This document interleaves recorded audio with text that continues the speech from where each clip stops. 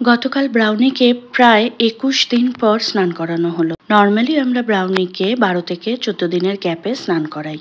তবে ব্রাউনির ওটাইটিস হয়েছিল, তার ট্রিটমেন্ট চলছিল এবং আন্ডার ট্রিটমেন্ট থাকাকালীন ওর কানে যাতে জল না যায় তার একটা রেস্ট্রিকশন ছিল। সেই কারণে আমরা গ্রুমিংটা ওর বন্ধ রেখেছিলাম। তো ওকে গ্রুমিংয়ে নিয়ে যাব। যেদিন ওকে গ্রুমিংয়ে আমরা নিয়ে যাই সেদিন দুপুরে আমাদের তেমন কিছু খাওয়া দাওয়া হয় না। সে কারণে সকালবেলা উঠে তাড়াতাড়ি ব্রেকফাস্ট তৈরি করে নিচ্ছি। ঘুগনির মটর আগেই ভিজিয়ে দিয়েছিলাম, সেই ঘুগনির মটরটা সেদ্ধ করে রেখে দিয়েছি। খুব লাইট একটা ঘুগনি বানাবো। সর্ষের তেলের মধ্যে সাদা জিরে, তেজপাতা, শুকনো লঙ্কা, একটু টমেটো আর একটুখানি আদা দিয়ে সব কিছু দিয়ে একটুখানি ভালো করে মিশিয়ে নিলাম। তারপর এর মধ্যে আমি একে একে অ্যাড করে দেবো হলুদ গুঁড়ো, লঙ্কার গুঁড়ো আর একটুখানি ধনের গুঁড়ো। লঙ্কার গুঁড়োটা খুব অল্প দিয়েছি, কারণ সকালের খাবারে না খুব বেশি ঝাল হয়ে গেলে দেখছি আজকাল আর ভালো লাগে না খেতে। তারপরে ওর মধ্যে আগে থেকে ভেজে রাখা আলুগুলো দিয়ে দিলাম। আলুগুলো যদিও আমি পারবয়েল করে নিয়েছিলাম। আর দিয়ে দিলাম সেদ্ধ করে রাখা মটরটা। এবার এটাকে ভালো করে অল্প একটুখানি জল দিয়ে ভালো করে ফুটিয়ে নিচ্ছি। আর আমি এটা আজকে নামানোর আগে এর মধ্যে একটুখানি ফ্রেশ চপড ধনেপাতা দিচ্ছি।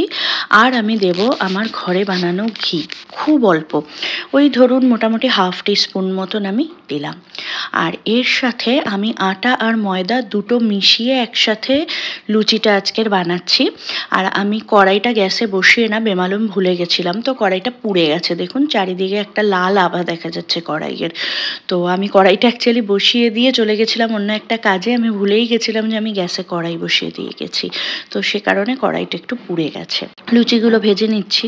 লুচিগুলো সবকটাই মোটামুটি বেশ ফুলকো ফুলকো হচ্ছে। আর যে কোনো রান্নার থেকে না এই লুচি ভাজা কাজটা না আমার ভীষণ ভালো লাগে। ওই যে পুরো ফুলে বলের মতন হয়ে যায়, ওটা দেখতে আমার ভীষণ ভালো লাগে।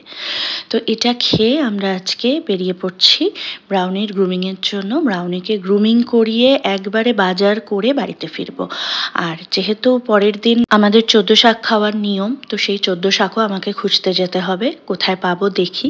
সব কিছু করে একবারে ফিরতে ফিরতে হয়তো সন্ধে হয়ে যাবে। তো দুপুরের খাওয়াটা সেভাবে হবে না, তাই একবারে পেট ভরে খেয়েই বাড়ি থেকে বের হচ্ছি। এখানে যেহেতু বাঙালি বাজারগুলো খুব দূরে দূরে আর আমি একা রাস্তায় বেরোতে খুব একটা সাহস পাই না, সেই কারণে এই শনি রবিবারগুলোই আমার ভরসা। এই শনি রবিবারগুলোই আমাদের ব্রাউনির গ্রুমিং, বাজার এইসবেই কেটে যায়। আমরা অন্য কোথাও সেভাবে গিয়ে সময় আর কি কাটানোর সময় পাই না। আপনারা সকলে ভালো থাকবেন, সুস্থ থাকবেন, নিরাপদে থাকবেন। দেখা হবে খুব তাড়াতাড়ি। আজ তাহলে আসি।